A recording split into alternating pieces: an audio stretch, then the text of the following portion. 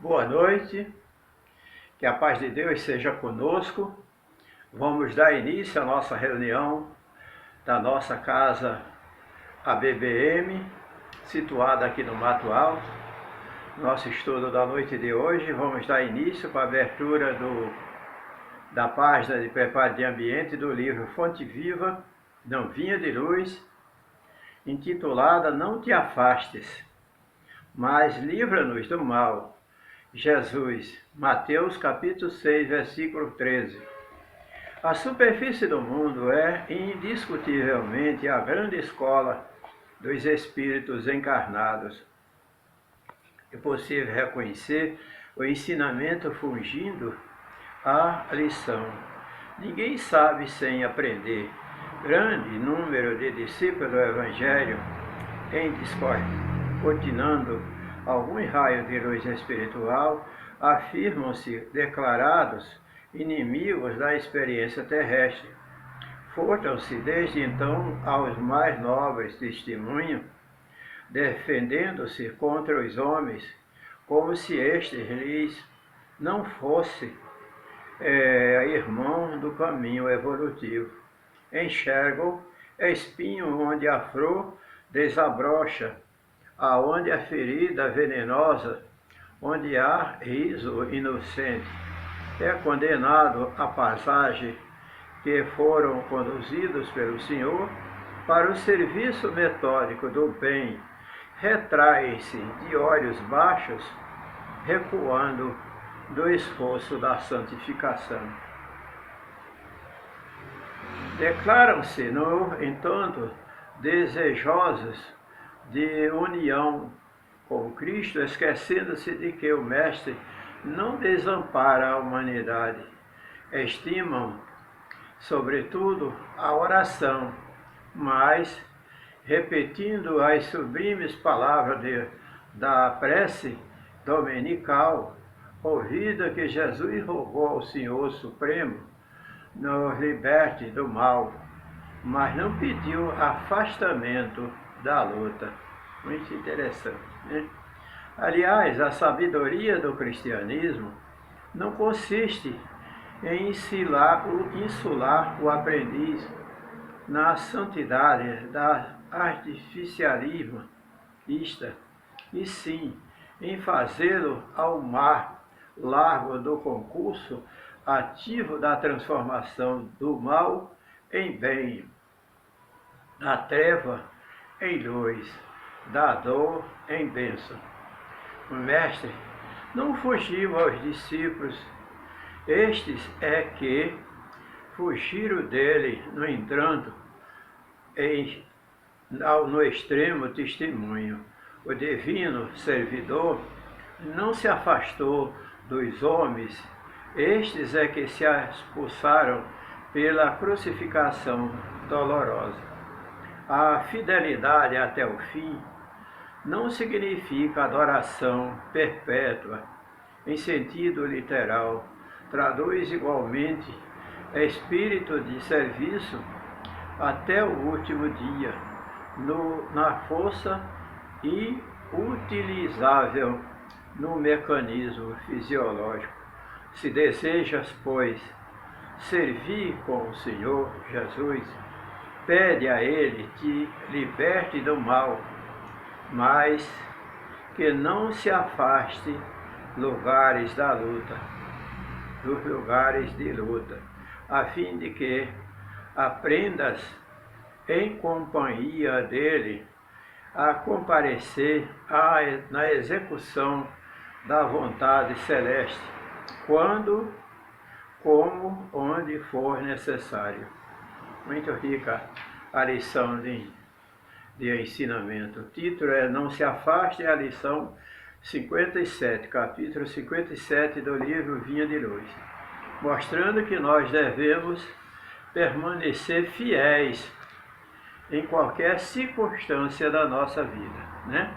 Nós estamos aqui hoje visitando a nossa casa da Associação Bezerra de Menezes, trazendo o nosso abraço fraterno da nossa casa Vinha de Luz, eu, João Maceió, que todos me conhecem com muito amor, com muita gratidão. Eu tenho uma grande estimação por todos. E hoje eu estou aqui, dia 7 de junho, nesse horário, para darmos início, como já iniciamos pela página de preparo de ambiente, para realizar a nossa tarefa da noite de hoje, o estudo para os nossos irmãos da nossa casa, com todo amor, com todo carinho.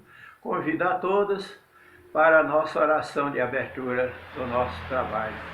E nesse instante vamos elevar nosso pensamento a Deus em prece. Não vamos fazer aquela prece, como disse a lição, decorada, sem responsabilidade. Vamos fazer, realizar o nosso sonho, do nosso desejo, pôr em prática a nossa vontade fiel de servir a Deus com todo amor, com toda gratidão. Como disse a lição, ensinar ao discípulo manter acesa a chama dessa luz divina em seu coração, para iluminar a todos, aonde quer que se encontre, em qualquer lugar, na via pública, no hospital, no seu trabalho, dentro do seu lar, com a sua família, que em todos os lugares sejamos dignos de pôr em prática a vontade de Deus. Como nós estamos atravessando esse momento de pandemia, rogamos aos ceareiros espirituais, aos servos de Maria, que nos ajude a iluminar o caminho dos que sofrem por esse mundo afora. Piedade e compaixão para todos esses que estão passando, como agora, nesses poucos instantes, a gente estava assistindo, hospitais sem equipamento, sem assistência, sem médico, que não pode dar assistência a todos que estão sofrendo por falta de condições de preparo para ajudar e condições de ajudar. Nós rogamos a Deus piedade para essas criaturas que sofrem e misericórdia pelos que estão fazendo sofrer. Jesus, tem de misericórdia. E nesse instante, Senhor, estejamos aqui estudando um meio mais eficaz de ajudar, de servir e de amparar sempre, como nós estamos predestinados nesse instante, nessa tarefa. Muito obrigado. Que a falange bendita de Bezerra de Menezes, dos falangeiros de Assis e nossa querida Maria de Nazaré nos ajude nessa tarefa santificante da noite de hoje. Muito obrigado, que Deus abençoe a todos presentes e ouvintes. Graças a Deus. E assim sendo, está iniciado o nosso estudo da noite de hoje, dando graças a Deus. Nosso estudo de hoje está no Evangelho, capítulo 13 do Evangelho, cujo título desse capítulo é Não Saiba a Vossa Mão Esquerda. Esse capítulo estamos hoje encontrando um subtítulo com o nome de Óbolo da Viúva, que é o nosso assunto de hoje, né?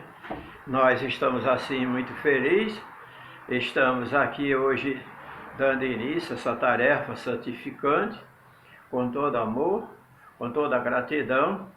E esse óbolo da viúva nos traz um despertar para a nossa consciência, que muitas vezes nós nos preocupamos muito, mas muito mesmo, em agariar fundos ou crescer em nossa vida para servir a Deus melhor. Mas esse óbolo da viúva nos ensina um caminho mais eficaz, que nós podemos ajudar mesmo assim, sem ter esse valor, sem ter essas condições monetárias, né? Que a gente que não esteja rico financeiramente para ajudar, basta que haja boa vontade, né? A viúva não tinha dinheiro, tinha só a vontade de ajudar, e aquilo que ela tinha, ela doou, né? Muito interessante. E aqui diz o ensinamento: estando Jesus sentado de frente ao gasofilácio, a observar de que modo o povo lançava ali o dinheiro, viu que muitos passavam ricos e deitavam em abundância. Nisso veio também uma pobre viúva que apenas deitou 2 moedas, 2 pequenas moedas do valor de 10 centavos cada uma. Chamando então seus discípulos, disse-lhe: em verdade, vos digo que essa pobre viúva deu muito mais do que todos os que antes puseram suas dádivas no gasofilácio. Por isso é que todos os outros deram o que tinha que lhes abundam, estava de sobra, ao passo que ela deu o que lhe faz falta, deu mesmo tudo o que tinha para seu sustento. Isso está no Evangelho do Novo Testamento, em Marcos, capítulo 12, versículo 41 a 44. E em São Lucas, no capítulo 21, versículo de 1 a 4. Nós sabemos que esse ensinamento de Jesus é muito oportuno para todos nós.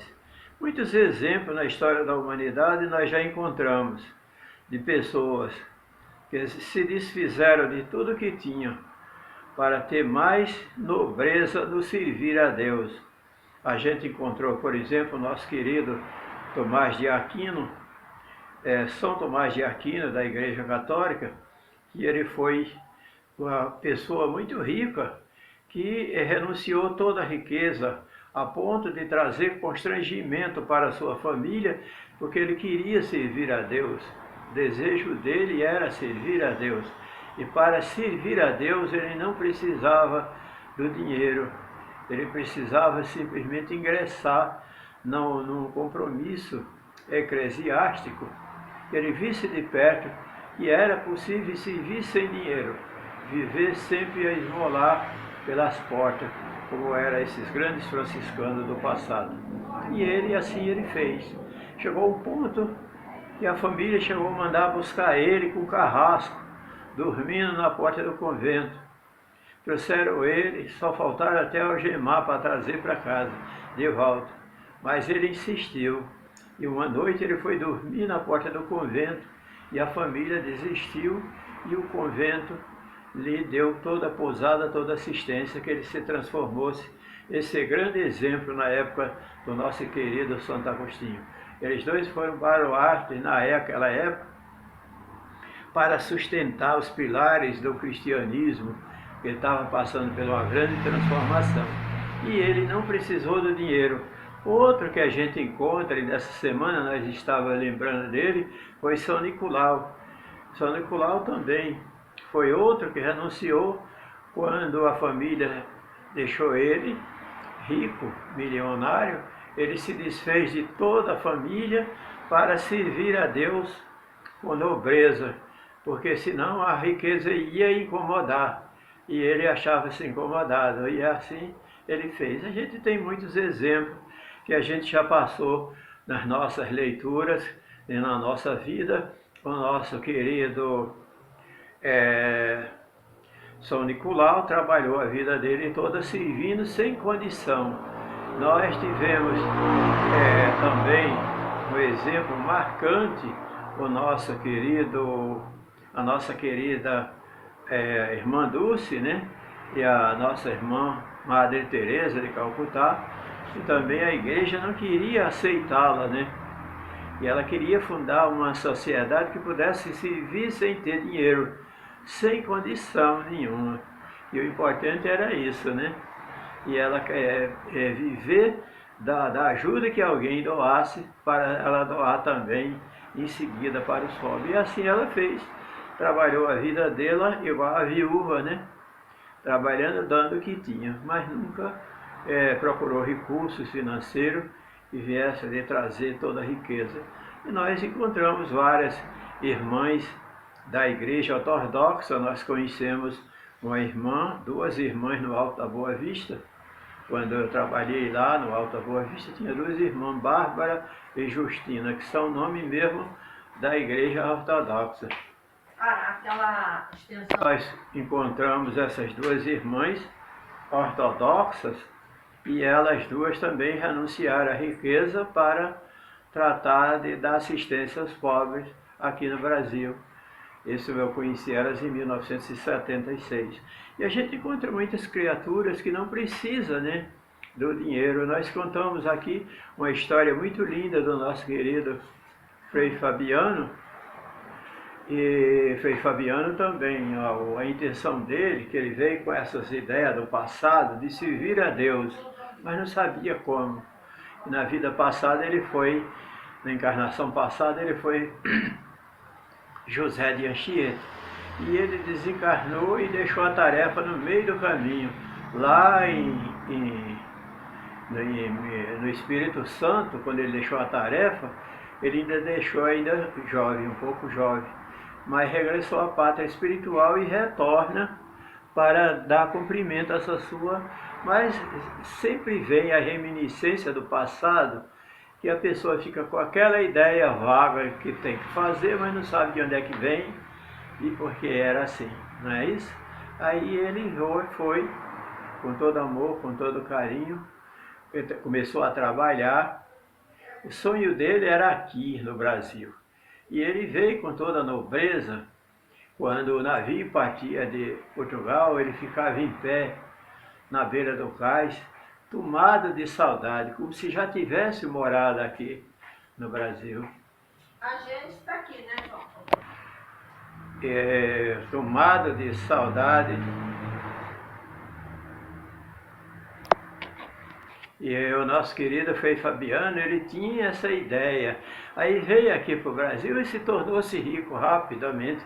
Ele trocava mercadoria por pedras preciosas, por alimento, trocava as mercadorias de Portugal por ouro, prata, essas coisas aqui no Brasil. E de repente ele conseguiu uma soma sem necessidade.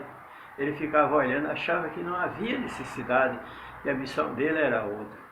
Ele não queria aquilo. Até que uma hora ele tomou uma decisão de renunciar a toda a riqueza, quando ele procurou os conventos, especialmente de São Bernardino, lá em Angra dos Reis. Aí ele procura, se oferece, a primeira vez não foi aceito, mas depois foi, veio aqui no Rio, se apresentou-se no convento, mandou pelos comerciantes uma soma de dinheiro muito grande para Portugal, para construir igreja, dar assistência religiosa lá, e o resto do dinheiro é que ele fez doação para os conventos, e o convento aceitou ele com todo o dinheiro que ele tinha para ajudar no convento. Quer dizer que não havia necessidade para servir a Deus do dinheiro.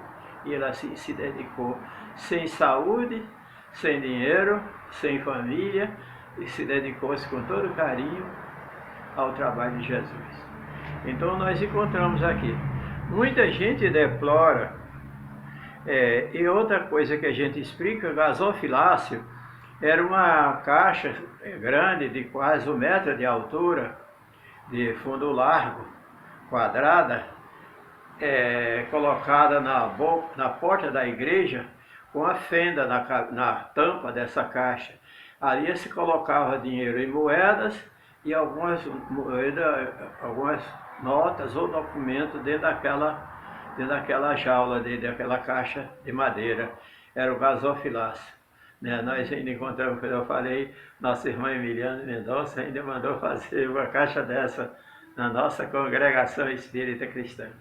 E nós encontramos que muita gente precisa de dinheiro, deplora de fazer todo o bem que deseja, por falta de recursos suficientes, e se desejam possuir riqueza e se dizem para lhes dar boa aplicação. É sem dúvida louvável a intenção que pode, em alguns, ser sincera, não é todos não. Porque tem muita gente que quando recebe a fortuna, se esquece de Deus, totalmente. Muita gente assim. Ser sincero, dar-se, contudo, seja completamente desinteressada em todos? Não, em todos não. No meio dessa multidão, existem os que nós encontramos que tem verdadeiro devotamento e se esquece de toda a riqueza. Nós já conhecemos pessoas que se fez de tudo. Lá na Tijuca, na rua Conselheiro Zenha, número 46 da rua Conselheiro Zenha, morava uma família muito rica e o dono da casa era embaixador e era senhor de fortunas, né? E a esposa dele ficou viúva, mas o sonho dela era servir a Deus. Ela se dedicou com todo carinho, com todo amor ao Centro Espírita São Francisco de Paula, lá na Tijuca mesmo. Ela gastou todo o que tinha para ajudar os pobres naquela casa de oração até o seu desencarne, a ponto de se desfazer até das joias que estavam pelo dedo, pelos braços. Ela se desfez de tudo para ajudar com todo esse carinho. Elas moravam nesse endereço, deixaram tudo para a família. Não haverá quem deseje fazer bem aos outros, muito estimaria poder começar a fazê-lo em si próprio, por apropriar-se de si mesmo alguns gozos. Alguns gozos mais em usufruir de um pouco do supérfluo que lhe falta, portanto, dá aos pobres o resto. Às vezes tem pessoas que vivem a vida toda rico, né? Quando desencarna aí deixa um testamento, dou esse sítio, essa casa, não é isso? Quer dizer, ele não teve coragem de dar, né, durante a vida. Quantas instituições que a gente encontra assim, né? Que eles reparariam no fundo dos seus corações, eles percursassem, anulam o mérito do intento, visto que com a verdadeira caridade o homem pensa nos outros antes de pensar em si. O verdadeiro caridoso, ele pensa primeiro nos outros, né? Do que pensar em si. Mas a gente estava vendo o ponto sublimado da caridade, esse caso estaria em procurar ele seu trabalho pelo emprego de suas forças, suas inteligências, seus talentos, os recursos de que carece para realizar generoso propósito. Haveria ricos nisso sacrifício que mais agrada ao Senhor. Infelizmente, a maioria vive a sonhar com os meios de mais facilmente de enriquecer, de súbito e sem esforço, correndo atrás de quimeras quais a descoberta de tesouros de uma favorável e sonha e aleatória que recebimento de inesperadas heranças, como a gente vê, como foi o caso que eu citei do nosso querido São Nicolau, que ele recebeu a herança, mas não quis. E ainda mesmo a missão dos espíritos, a quem Deus nos permite, lhe comunique com os homens, e daí vem o nosso serem punidos pelas decepções. Isso se conta no livro dos Médiuns, nas questões 294 e 295. São aquelas pessoas que ainda hoje em dia recorrem aos espíritos para pedir ajuda, através de consultas espirituais. Tem uma rezadeira ali, que ela já falou, que dá até o número da sorte da loteria. Quer dizer, aí a pessoa, se falar isso, corre todo mundo para lá. Vai fazer fila. Ora, se já faz fila sem consulta, né? Imagine se tivesse quem falasse. E é engraçado, porque se adivinha, por que não adivinha para ele? Não é? Isso é muito difícil. E essa parte se encontra ainda no mundo. Nós encontramos ainda no mundo muita gente ainda que tem essas intenções, essa vontade, né?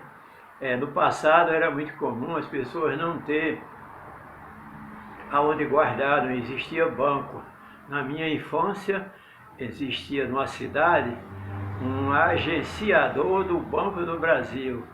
Era um homem que tinha um escritório com vários cofres que ele emprestava dinheiro para a cidade, para as pessoas, para aquele rico.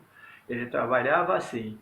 E quando a pessoa tinha o dinheiro, ia lá e depositava sobre a administração desse homem, desse senhor, como se fosse um gerente com a casa bancária particular, naquela época. Aí eu ia lá, às vezes apanhava 2, 3 contos de reais para negociar, quando eu era criança, e ele confiava esse dinheiro, eu ia com a mochila, fazia uma mochila meia de dinheiro, era muito dinheiro, né, para fazer esse negócio. Mas aquelas pessoas que não tinham confiança, elas enterravam o dinheiro. Aí enterrava no fundo do sítio, debaixo de uma árvore, dentro de um quarto, num lugar qualquer, porque não tinha confiança desse agenciador do Banco do Brasil, não é? Desse gerente. Então, o que é que acontecia? Quando eles desencarnavam, começava a aparecer mal assombrado. A isso que as pessoas recorriam aos espíritos, para que esse espírito do morto dissesse onde é que estava enterrado o dinheiro. Era muito comum isso na época. Aí chegava no fundo do sítio, às vezes a 1 quilômetro de distância de casa, botava o dinheiro dentro de uma vasilha de barro, igual eram as estantes de antigamente, né? No passado, na época remota, era feito assim dentro de pote, um verdadeiro jarro de barro, um cântaro de barro, eles com uma tampa bem fechada, eles guardavam de documentos, todos esses documentos bíblicos, tudo era guardado assim, e dinheiro também.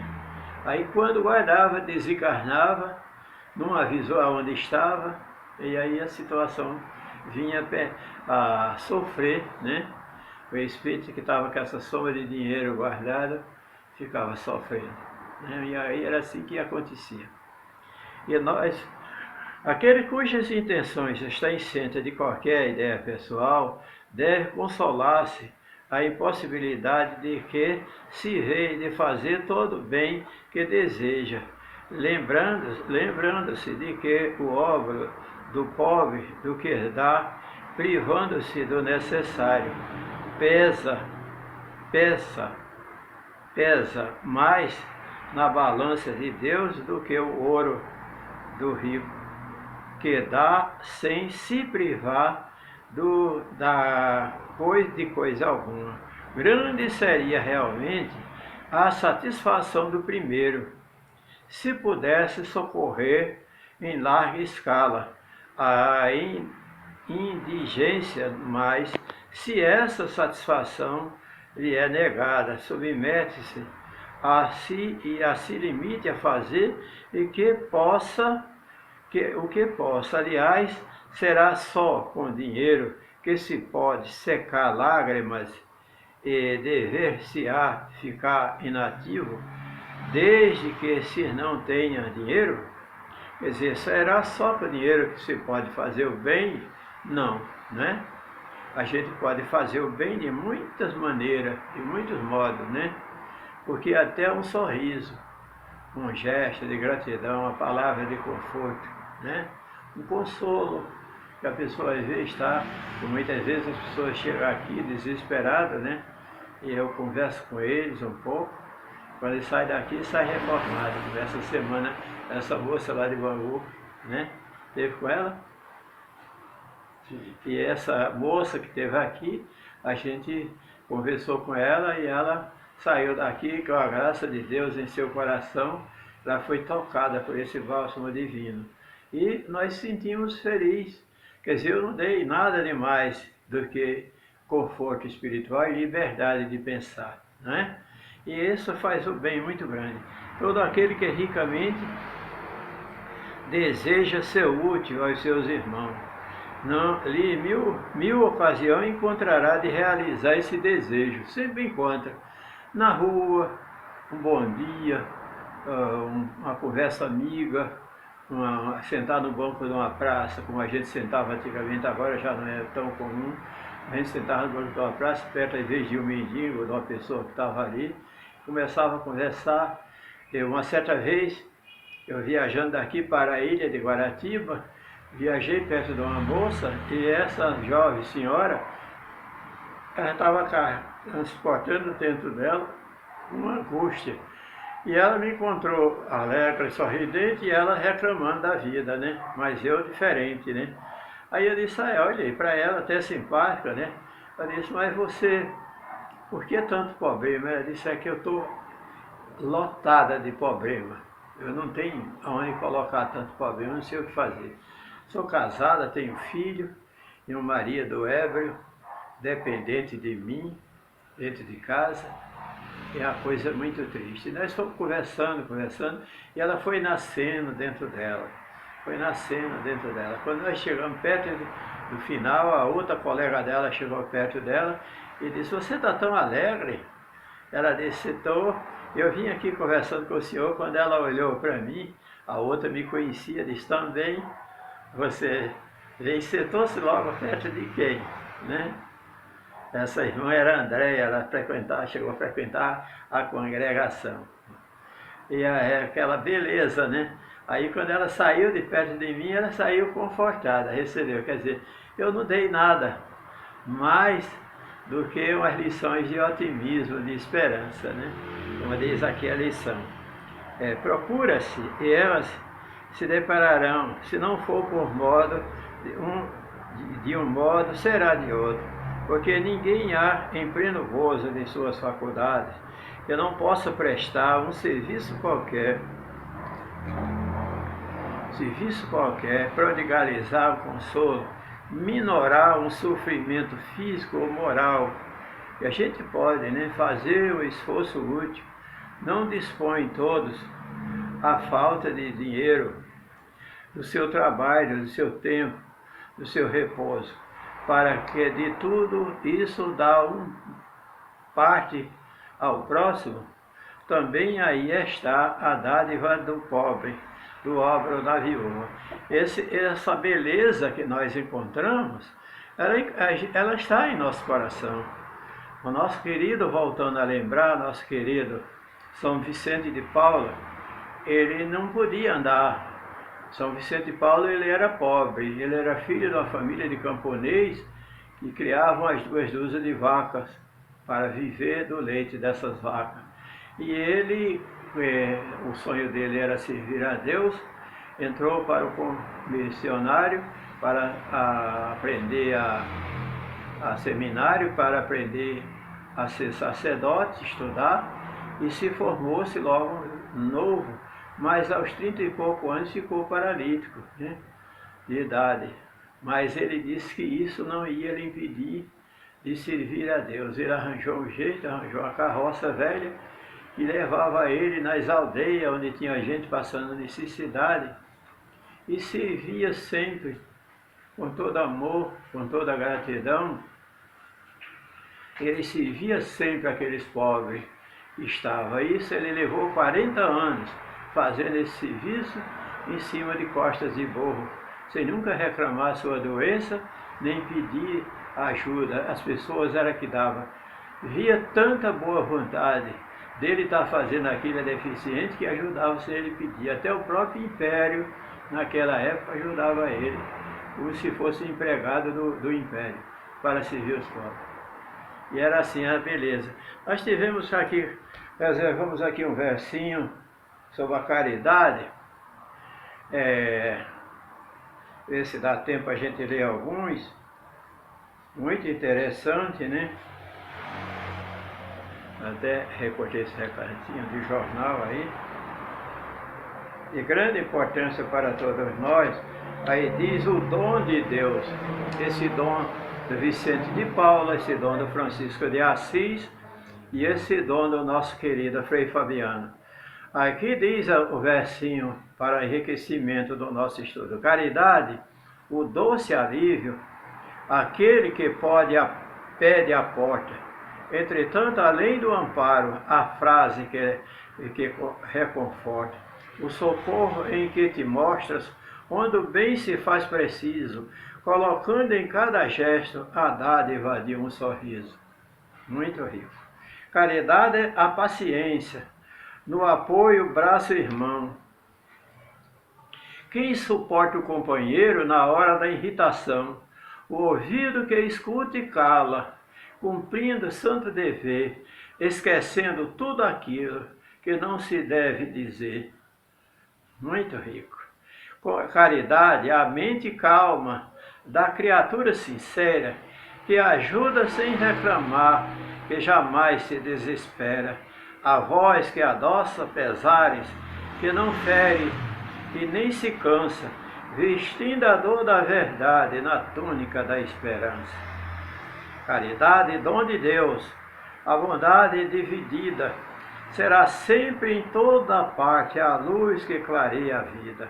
Não se fica onde trabalha e nunca aparece em vão. Quando nasce, vibra e serve por dentro do coração. O verso de Manuel Monteiro, do livro Caridade, do nosso querido Chico Xavier. Muito rico. Principalmente esse aqui. A caridade mente calma, da criatura sincera, que não se ajuda, que ajuda sem reclamar, que jamais se desespera. A voz que adoça pesares, que não fere nem se cansa, vestindo a dor da verdade na túnica da esperança. Eu achei lindo, né? Nós estamos chegando ao término do nosso estudo da noite de hoje e nós agradecemos a Deus, nosso Pai Celestial, nossa Mãe Maria Santíssima, por esse momento, essa casa que devotamos, essa nossa casa querida, Associação Bezerra de Menezes. Nós estamos assim muito felizes, desejamos um abraço fraterno para todos, com todo amor, com todo carinho. Nós agradecemos a consideração, estamos aqui sempre nos ofertando para o bem, para o amor, a hora que houver necessidade, que eu estiver à altura de ajudar, vamos dar um pouquinho de cada um de nós, né? Que Deus nos abençoe. Vamos orar e encerrar a nossa prece com a nossa prece. Chegamos ao término do nosso estudo da noite de hoje. Agradecemos a direção dessa casa bendita de oração por nos confiar essa tarefa santificante da noite de hoje. E nesse instante, agradecidos, com a nossa alma lavadas de gratidão a Deus, nós rogamos que Deus abençoe a todos que não estão em condição de compartilhar conosco nos seus lares, nas suas tarefas santificantes, em todos os momentos de vossa vida. Nós estamos aqui, Jesus, transmitindo essa fonte de energia caridosa, que ajudar é a caridade, um gesto simples de bondade, um aperto de mão, um beijo amigo, tudo aquilo que for possível fazer para brotar no coração dos nossos entes queridos essa centelha de alegria, de gratidão a Deus. Nós rogamos a Deus por todos os irmãos da nossa casa Bezerra de Menezes, que eles todos sejam por Deus abençoados, assistidos e amparados como sempre. Que a falange bendita dos ceareiros de Maria, os nossos queridos Francisco de Assis e de outros amigos espirituais, esteja sempre presente em nossas tarefas, ajudando, servindo e amparando sempre. Muito obrigado, estou muito feliz. Que Deus abençoe a todos que vão estar ligados ao nosso estudo da noite de hoje, dentro desse clima de paz, de felicidade e de muito amor. Muito obrigado, uma boa noite para todos. Graças a Deus.